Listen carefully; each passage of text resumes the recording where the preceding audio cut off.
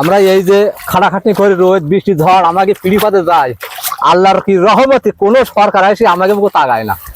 ওই যে গোডাউনে পড়ে থাকছে, বাড়ি আনাছে হাতনি ঘরের ভিতরে কুষ্টা বাইনি ছুঁয়ে দেবো, কেউ কবে না যে পাঠাস কবে না, আর কোনো দাম নেই।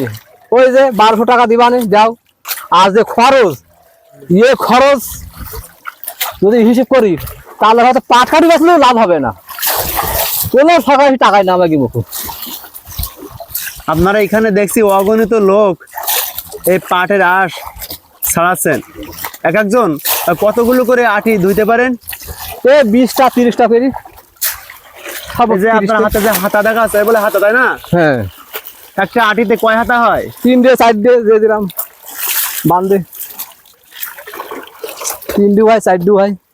এক এক আটি এই ধুইতে পারলে কয় টাকা করে দেয়? 20 টাকা করে।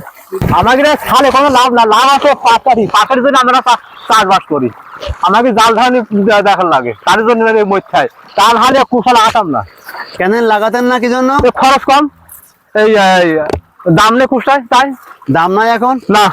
এবার হয়তো দাম হতেও পারে। ওই গাছে কাঁঠাল গবে তেল, নতুন সরকার এসেছে, দাম হতেও পারে।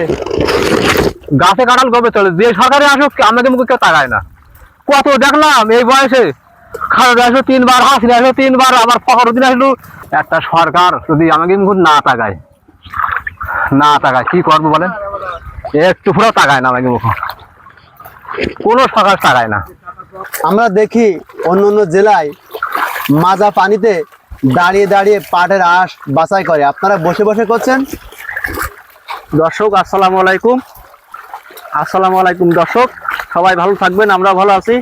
আমাদের এখানে এই বসে বসে কুষ্টা ধুচ্ছি, আমাদের এখানে যশোর জেলায় এই জায়গায় খুবই ভালো হয় এবং অভ্যাস আমাদের ধোয়ার অভ্যাস আমাদের, এবং এই কুষ্টা ধুলে এবং আমাদের এই যে সহজ এভাবে পরিবর্তন ভালো হয় খুবই, কিন্তু দামের দিক থেকে আমাদের দিকে খুবই কম, সেভাবে আমরা লাভবান হতে পারিনি। এবং কুষ্টা অনেক অনেক লসে আমাদের সবকিছু দেয়, পাঁচটারির জন্য আমাদের কুষ্টা লাগাতে হয়। আচ্ছা, প্রতি মন কেমন মূল্যে আপনারা পেলে খুশি হবেন? তার ধরেন 3000 টাকা যদি হয় তাহলে একটু আমাদের পক্ষে ভালো হয়। 3000 টাকা যদি হয় তাহলে আমাদের পক্ষে একটু সুবিধা হয়, কি সব দিক থেকে খরচ বাঁচে আর কি। কুষ্টা সারের দাম যেরকম, 1 কেজি ইউরিয়া সার দিলি কিনলি 32 টাকা 48 টাকা, 1 কেজি টিএসপির দাম 50 টাকা, এরকম ফসল করতে গেলে সারের দাম অনেক দাম, সারের সেভাবে আমরা দাম পাইনি।